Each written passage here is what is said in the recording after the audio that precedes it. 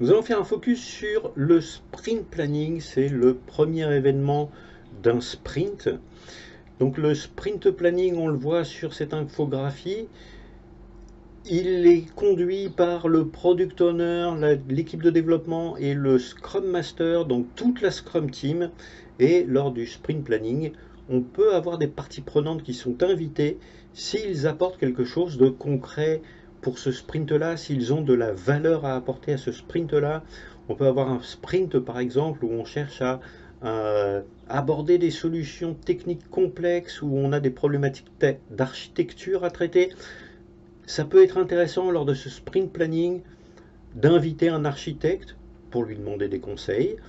Ça peut être intéressant sur certains sprints d'inviter un Ops ou un directeur artistique ou un certain nombre de contributeurs ou d'experts qui vont aider l'équipe à planifier leur sprint. On va inviter ces experts pour faire de la planification du sprint, puisqu'on est en sprint planning, pour s'assurer qu'on a bien décomposé certains événements. On va inviter ces experts uniquement dans ce but.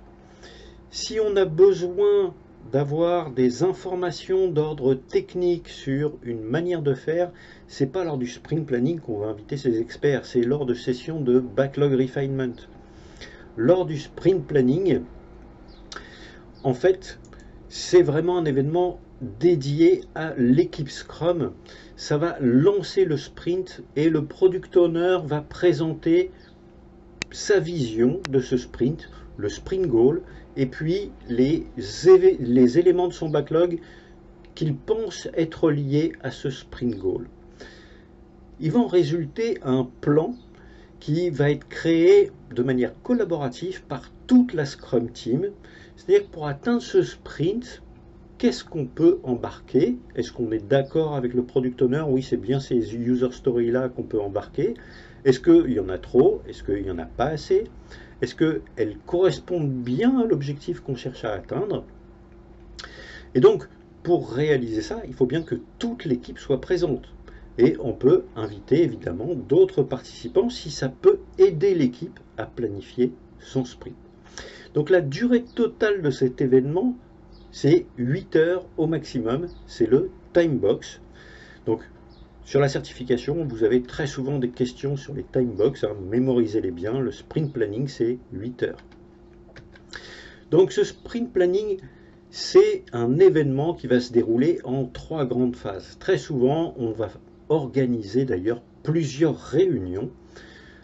On va déterminer donc dans ces 3 grandes phases pourquoi on fait les choses, qu'est-ce qu'on fait, comment on le fait. Alors attardons-nous un petit peu sur ces 3 grandes phases. Le pourquoi, en fait le product owner va expliquer comment on peut augmenter la valeur du produit et quelle est l'utilité du sprint actuel. À quoi ça sert de faire ce sprint? Quel est le but de ce sprint? Pourquoi on fait ce sprint? En posant ces éléments-là, le product owner donne du sens au travail collaboratif. C'est ce qui fait que, en étant focus sur l'objectif du sprint, toute l'équipe travaille en commun. Ça augmente la cohésion de l'équipe, ça augmente la capacité de l'équipe à travailler ensemble, à réfléchir ensemble à des solutions qui sont pertinentes, performantes. Et ça évite que chacun travaille de son côté, dans son coin, sur son sujet, sur ses propres objectifs. On crée de la cohésion d'équipe. Et une équipe qui a beaucoup de cohésion est beaucoup plus efficace que la somme des individus qui la composent. On a vraiment des écarts de productivité extrêmement importants entre ces deux scénarios. Donc, plus on est clair sur les objectifs de sprint, plus on va augmenter la cohésion de l'équipe, plus on va augmenter la performance de l'équipe. La clarté des objectifs, c'est un excellent moyen pour le product owner de maximiser la valeur du produit résultant du travail de l'équipe de développement. C'est une déclaration du guide Scrum, ça. Eh bien, comment on le fait? Voilà une manière de le faire. Ensuite, on va définir qu'est-ce que l'on fait, là encore, en tant qu'équipe. En discutant avec le product owner, l'équipe va sélectionner les éléments du backlog à inclure dans le sprint. Là encore, ce n'est pas le product owner qui serait un dictateur et qui impose à l'équipe un certain nombre d'éléments à embarquer. C'est une discussion, c'est une co-construction entre tous les membres de l'équipe. Et le Scrum Master a un rôle à jouer là-dedans parce que lui, il est un peu en recul. Il n'a pas d'activité dans le sprint. Ce n'est pas lui qui va s'engager à réaliser des choses, mais ayant du recul, il peut se permettre de dire à l'équipe, attention, vous prenez des engagements, vous vous engagez à livrer tout ça, mais souvenez-vous, lors du dernier sprint, vous aviez également pris des engagements et vous êtes rendu compte que vous ne pouviez pas les tenir. Donc, je vous conseille de réduire la voilure, d'être peut-être moins ambitieux sur le nombre de choses à faire, mais de réussir à tout faire sans sacrifier la qualité. C'est pleinement le rôle du Scrum Master d'aller coacher l'équipe dans ce sens. Donc cette seconde phase du sprint planning, ça correspond en fait dans une méthode en cascade à une phase de recueil des besoins. On va aller chercher qu'est-ce qui permettrait d'atteindre l'objectif du projet si on considère que le sprint est un projet. Quels sont les besoins qu'on peut satisfaire pour atteindre l'objectif du projet? C'est ce qu'on fait dans une phase de recueil de besoins. De quoi est-ce que vous avez besoin pour pouvoir travailler? De quoi est-ce que vous avez besoin pour pouvoir atteindre l'objectif? Ça correspond à cette activité. Et la dernière étape ou le dernier thème du sprint planning, le how, l'équipe va décomposer les éléments qu'elle a sélectionnés en tâches qui lui permettent de créer un incrément fini.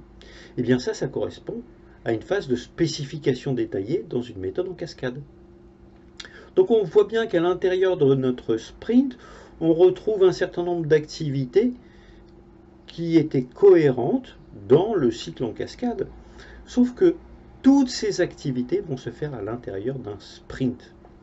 Donc dans cette troisième phase, le how, quand on parle de créer les tâches, c'est des tâches de conception, des tâches de réalisation, des tâches de test, d'intégration, des tâches de contrôle qualité. Il y a l'intégralité des tâches. Il y a également des tâches qui sont liées à la recherche d'amélioration des processus de l'équipe. Tout ça doit être identifié et planifié. Pas forcément au jour près, on ne va pas indiquer dans le sprint planning tel jour je vais faire ceci ou cela. Ça peut être dans les grandes lignes.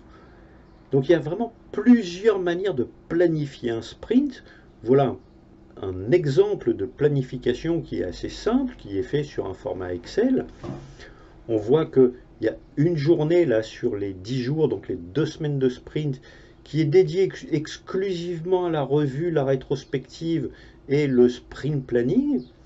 Et puis l'équipe a planifié son activité en disant voilà, on doit réaliser dans ce sprint un certain nombre de user stories qu'on va concevoir, réaliser, tester, corriger, puis intégrer. Et donc ces activités ont été planifiées dans le temps et chaque acteur dans l'équipe sait à quel moment potentiellement il va être sollicité. Le fait de planifier les choses de cette manière lors d'un sprint planning, ça permet de donner de la visibilité à toute l'équipe. On va se poser à la place d'un testeur qui serait un membre de cette équipe.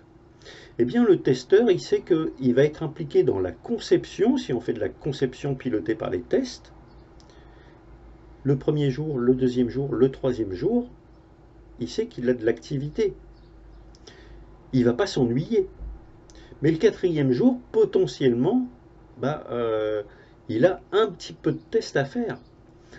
Donc, c'est là où il a le moins d'activité. Le premier jour, il a de la conception à faire et il n'a pas encore de test. Donc, il n'est pas trop chargé. Le deuxième jour, le testeur n'est pas trop chargé non plus.